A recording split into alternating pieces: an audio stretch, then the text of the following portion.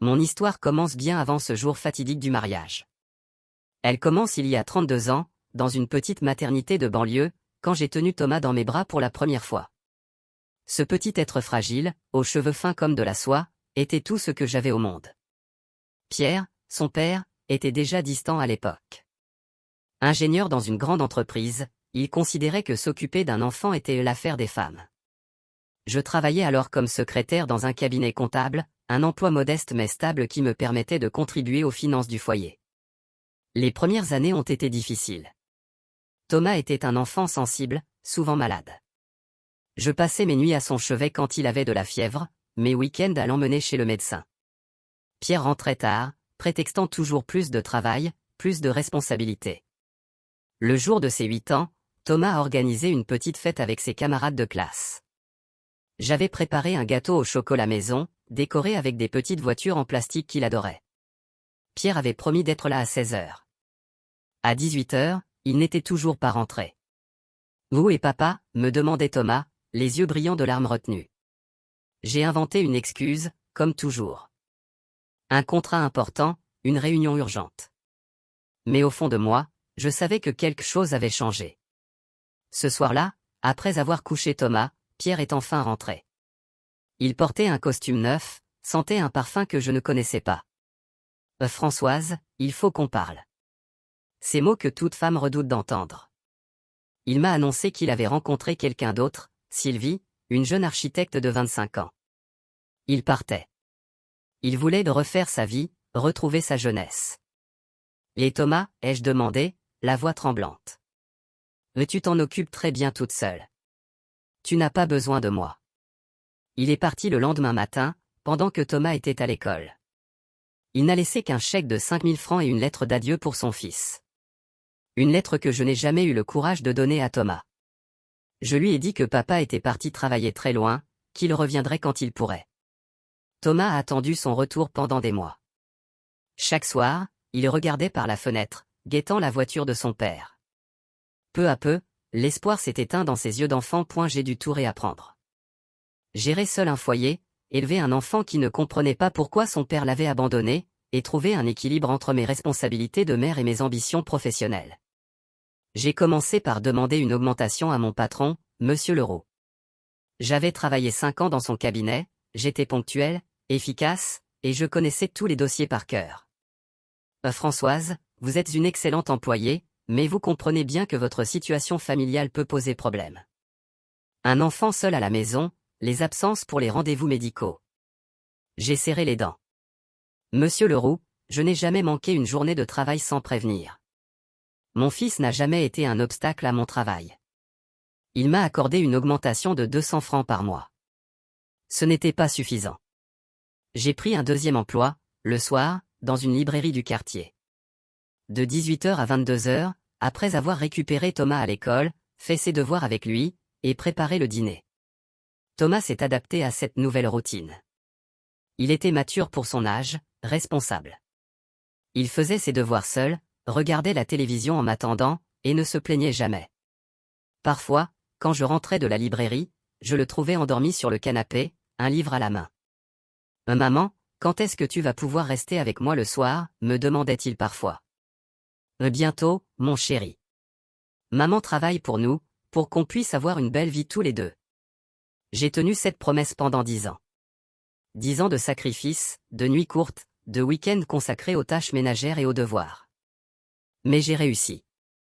J'ai obtenu mon diplôme de comptabilité par correspondance, j'ai gravi les échelons dans l'entreprise, et j'ai offert à Thomas tout ce dont il avait besoin. Il était brillant à l'école, passionné par les mathématiques et la logique. Quand il a annoncé qu'il voulait faire des études de droit, j'ai été la plus fière des mères. J'ai économisé chaque centime pour lui payer les meilleures études possibles. Thomas a excellé dans ses études. Il a intégré une grande école de droit, puis a décroché un stage dans un cabinet prestigieux. J'assistais à toutes ces remises de diplômes, applaudissant dans la salle avec les autres parents, mais j'étais souvent la seule à être venue seule. « Où est ton père ?» me demandaient parfois d'autres parents. « Il voyage beaucoup pour son travail », répondais-je invariablement. Thomas ne parlait jamais de son père. Quand des amis lui posaient des questions, il changeait de sujet. Il avait construit sa propre version de l'histoire, où son père était un homme d'affaires important, trop occupé pour s'intéresser à sa famille. À 25 ans, Thomas a été embauché dans le cabinet où il avait fait son stage. Il gagnait en 6 mois ce que je gagnais en 1 an. Il a loué un bel appartement dans le 7e arrondissement, s'est acheté une voiture de sport, et a commencé à fréquenter un monde que je ne connaissais pas. Nos rapports ont commencé à changer. Il m'appelait moins souvent, prétextant toujours plus de travail. Quand nous nous voyions, il semblait pressé, distrait. Il regardait sa montre, répondait à ses messages pendant que je lui parlais. Thomas, tu te souviens quand tu étais petit et que tu voulais devenir avocat pour défendre les gentils contre les méchants? Il souriait avec condescendance. Maman, j'ai grandi. La vie est plus complexe que ça. J'ai commencé à sentir que je devenais un poids pour lui. Quand il m'invitait à dîner au restaurant, il choisissait des endroits discrets, loin de son quartier. Il ne m'a jamais présenté à ses collègues. Thomas m'a parlé de Céline pour la première fois il y a 2 ans. Il rayonnait quand il prononçait son nom, d'une façon que je ne lui avais jamais vue. Elle est parfaite, maman. Belle, intelligente, raffinée. Elle vient d'une très bonne famille. J'ai voulu être heureuse pour lui, vraiment. Mais quelque chose dans sa façon d'insister sur la bonne famille m'a mise mal à l'aise. J'aimerais beaucoup la rencontrer, lui ai-je dit. Bientôt, maman. Elle est très occupée en ce moment. Les semaines ont passé. Thomas me parlait de Céline à chaque conversation, mais ne me la présentait jamais. Elle était toujours en voyage, ou malade, ou prise par son travail. J'ai commencé à me poser des questions. Pourquoi mon fils, qui avait toujours été proche de moi, me cachait-il la femme qu'il aimait? Un jour, j'ai décidé de passer à l'improviste à son bureau. J'avais préparé un déjeuner, comme je le faisais quand il était étudiant. Sa secrétaire m'a annoncé avec un sourire gêné. Maman? Qu'est-ce que tu fais là? Thomas était sorti de son bureau, l'air agacé. Derrière lui, j'ai aperçu une femme blonde, élégante, qui nous observait avec curiosité. Je voulais te faire une surprise. J'ai préparé ton plat préféré. Maman, je suis en rendez-vous. Tu ne peux pas débarquer comme ça. La femme blonde s'est approchée. Elle était magnifique, avec des traits fins et réguliers, des vêtements visiblement coûteux, et un sourire parfait. Vous devez être Madame Dubois. Je suis Céline. Sa poignée de main était ferme, mais froide. Ses yeux bleus m'ont jaugé de la tête aux pieds en 1 seconde. Enchanté, ai-je répondu, sentant immédiatement que ce n'était pas réciproque. Thomas m'a beaucoup parlé de vous, a-t-elle ajouté avec un sourire qui n'atteignait pas ses yeux. J'ai compris ce jour-là que Céline ne m'aimait pas. Pas par jalousie, mais par mépris. Je représentais tout ce que Thomas voulait oublier de ses origines modestes. Le jour du mariage de Thomas, mon fils unique, devait être le plus beau jour de ma vie. J'avais économisé pendant des mois pour m'acheter une robe digne de l'occasion. J'avais pris rendez-vous chez le coiffeur, acheté des chaussures neuves, et même osé un léger maquillage. J'étais si fier de mon fils. Il avait réussi, il était heureux, il allait fonder sa propre famille. Toutes ces années de sacrifice prenaient enfin leur sens. J'ai choisi d'arriver un peu en avance à l'église, pour avoir le temps de saluer Thomas avant la cérémonie. J'avais préparé un petit mot, pour lui dire combien j'étais fier de lui, combien je l'aimais. Quand je suis arrivé à l'église Sainte-Clotilde, dans le 7e arrondissement, j'ai été impressionné par la beauté du lieu. Les fleurs blanches, les rubans dorés, tout était parfait. J'ai reconnu quelques visages, des collègues de Thomas, mais la plupart des invités m'étaient inconnus. J'ai cherché Thomas du regard. Il était près de l'autel, dans son costume sur mesure, parlant avec le prêtre. Il était si beau, si élégant. Mon petit garçon était devenu un homme accompli. C'est alors que Céline s'est approchée de moi. Elle était resplendissante dans sa robe de mariée, un modèle qui devait coûter plus que mon salaire annuel. Ses cheveux étaient remontés en un chignon sophistiqué, orné de perles fines. Madame Dubois, m'a-t-elle dit d'une voix glaciale, je pense qu'il serait mieux que vous partiez. J'ai cru d'abord à une mauvaise plaisanterie. Pardon? Vous avez très bien entendu. Cette journée est la mienne, et votre présence me dérange. J'ai senti le sol se dérober sous mes pieds. Je ne comprends pas. Je suis la mère de Thomas. Justement. Thomas veut commencer une nouvelle vie, et vous représentez son passé. Un passé qu'il préfère oublier. Les mots m'ont frappé comme des gifles. J'ai regardé autour de moi, espérant que quelqu'un interviendrait, que quelqu'un me défendrait. Mais les invités nous observaient avec curiosité, comme si nous étions un spectacle. Thomas, ai-je appelé, la voix tremblante. Mon fils s'est approché, l'air gêné. Maman, qu'est-ce qui se passe? Ta fiancée me demande de partir. Le jour de ton mariage, Thomas. Elle me demande de partir. J'ai vu la honte dans ses yeux. Pas la honte de ce que Céline me faisait subir, mais la honte de moi, de ma présence, de ce que je représentais. Maman, peut-être que ce serait mieux si tu rentrais. Ce n'est pas le bon moment. J'ai senti mon cœur se briser. Mon fils, mon petit garçon que j'avais élevé seul, qui avait été toute ma vie, me chassait de son mariage. Thomas, je t'ai donné ma vie entière. J'ai sacrifié tout pour toi. Je sais, maman. Et je t'en suis reconnaissant. Mais aujourd'hui, c'est mon jour. Notre jour à Céline et moi. J'ai regardé une dernière fois ce fils que je ne reconnaissais plus. Puis j'ai tourné les talons et je suis parti, la tête haute, mais le cœur en miettes. Derrière moi, j'ai entendu Céline dire d'une voix forte, « Enfin, nous allons pouvoir commencer. » Les mois qui ont suivi ont été les plus sombres de ma vie.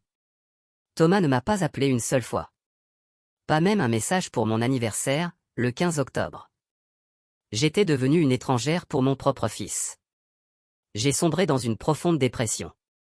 Je me levais chaque matin pour aller travailler, par automatisme, mais les journées me semblaient interminables. Le soir, je rentrais dans mon petit appartement vide et je regardais les photos de Thomas enfant, me demandant où j'avais échoué. Mes collègues ont commencé à s'inquiéter. Monsieur Leroux, qui était devenu mon patron quand j'avais racheté une partie de son cabinet, m'a convoqué dans son bureau. « Françoise, vous n'êtes plus la même depuis quelques mois. Qu'est-ce qui se passe ?» J'ai fondu en larmes. Je lui ai tout raconté, le mariage, l'humiliation, le silence de Thomas depuis 6 mois. Monsieur Leroux m'a écouté avec patience, puis m'a conseillé de prendre quelques semaines de congé. Vous avez travaillé sans relâche pendant 25 ans. Vous avez le droit de prendre du temps pour vous. Mais que faire de ce temps? J'ai essayé de m'occuper, de voir des amis, de partir quelques jours à la campagne. Rien n'y faisait. La douleur était toujours là, lancinante. Un jour, j'ai craqué. J'ai pris la voiture et je me suis rendu devant l'immeuble de Thomas. J'ai attendu dans ma voiture, pendant des heures, espérant l'apercevoir. Quand il est enfin sorti, vers 19 h, il n'était pas seul. Céline l'accompagnait, radieuse dans un manteau de fourrure. Il se dirigeait vers un restaurant chic du quartier. J'ai eu envie de les suivre, de me planter devant leur table, de dire à Thomas tout ce que j'avais sur le cœur. Mais je n'ai pas eu ce courage. J'ai compris ce jour-là que j'étais devenue une de ces femmes que je plaignais autrefois, une mère abandonnée, qui épie son fils de loin, qui vit dans le passé. C'est lors d'une soirée entre anciennes collègues que j'ai appris la première vérité troublante. Marie, qui travaillait dans une banque privée, organisait sa soirée d'anniversaire dans un restaurant du 15e. J'avais hésité à y aller, mais mes amis avaient insisté. Ça te fera du bien de sortir, Françoise. Tu ne peux pas rester enfermée éternellement. La soirée se déroulait bien. J'avais presque oublié mes soucis, je riais aux anecdotes de mes anciennes collègues, quand Marie a bu un verre de trop et a lâché l'information qui allait tout changer. Mais tu sais, Françoise, c'est dommage ce qui s'est passé avec ton fils. Surtout quand on sait que sa femme vient d'hériter de 2 millions d'euros de sa grand-mère. Mon sang s'est figé. Qu'est-ce que tu dis? La grand-mère de Céline est décédée il y a 6 mois. Elle lui a légué une fortune considérable. Ils ont acheté cette magnifique maison dans le 16e avec l'argent. Tu ne le savais pas? J'ai secoué la tête, abasourdi. Non, Thomas ne m'a rien dit. Oh, pardon. Je pensais que, enfin, c'est normal qu'un fils partage ce genre de nouvelles avec sa mère. Marie a continué, inconsciente de l'effet de ses paroles sur moi. Apparemment, c'était une vieille dame très riche, mais qui vivait seule. Céline s'est occupée d'elle pendant sa maladie. Elle a tout hérité. Quelle chance, n'est-ce pas? Tout est devenu clair. Thomas n'avait pas épousé Céline par amour. Il avait épousé un compte en banque. Et moi, la mère qui avait tout sacrifié pour lui, j'étais devenue un embarras, un rappel de ses origines modestes qu'il voulait effacer. Cette nuit-là, je n'ai pas dormi. J'ai tourné et retourné l'information dans ma tête. Comment mon fils, que j'avais élevé dans l'honnêteté et l'intégrité, était-il devenu cet homme cupide?